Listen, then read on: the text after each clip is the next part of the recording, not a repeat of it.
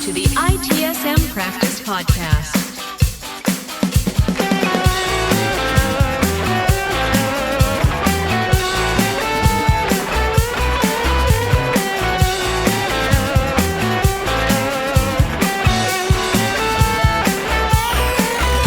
Hello, I'm Luigi Ferri and welcome back to the ITSM Practice Podcast. If you have followed the PSD3 journey from the beginning, you may have noticed something subtle.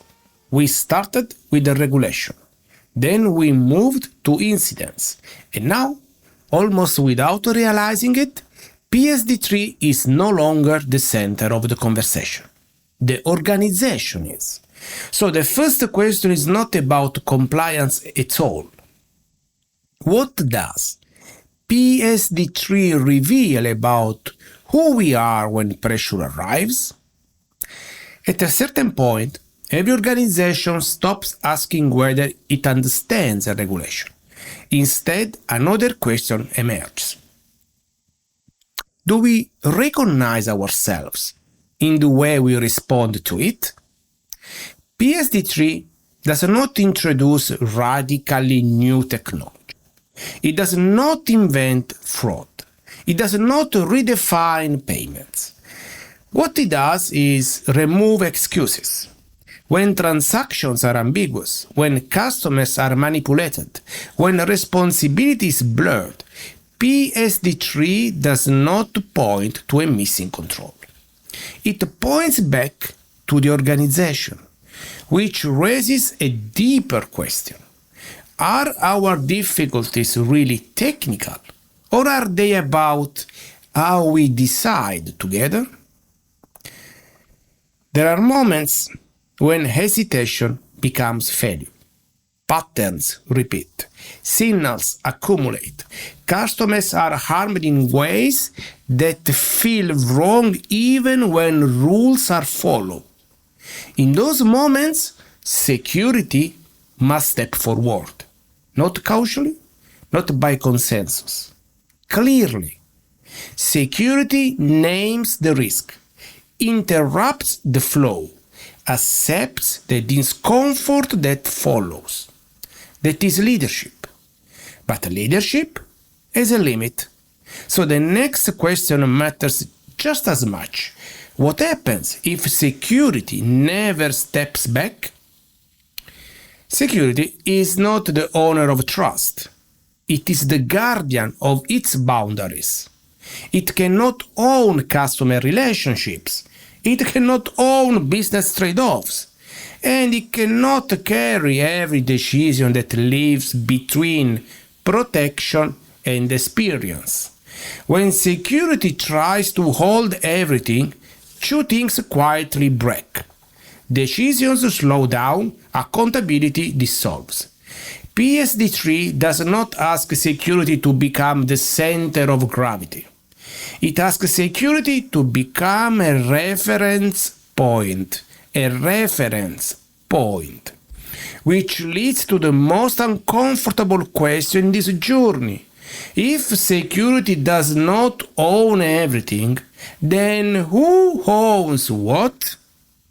This is where maturity shows itself or disappears, not in policies, not in programs, in clarity. Who owns the decision to stop a transaction? Who owns the conversation with a confused customer? Who owns the explanation to leadership when losses are prevented rather than measured?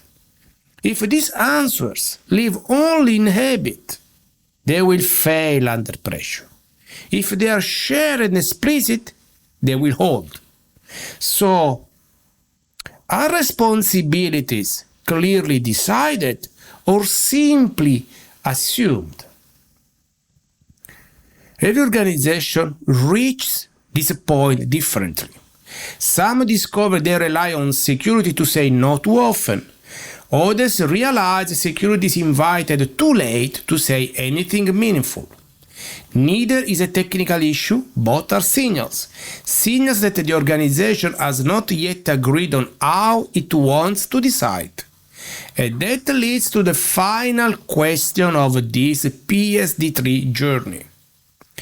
What should remain when the regulation fades into the background? Not a framework, not a checklist, just one principle.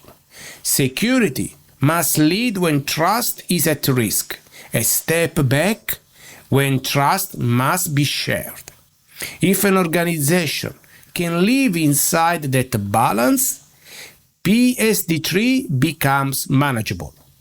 If it cannot, no control will ever feel sufficient. So, what is PSD3 in the end?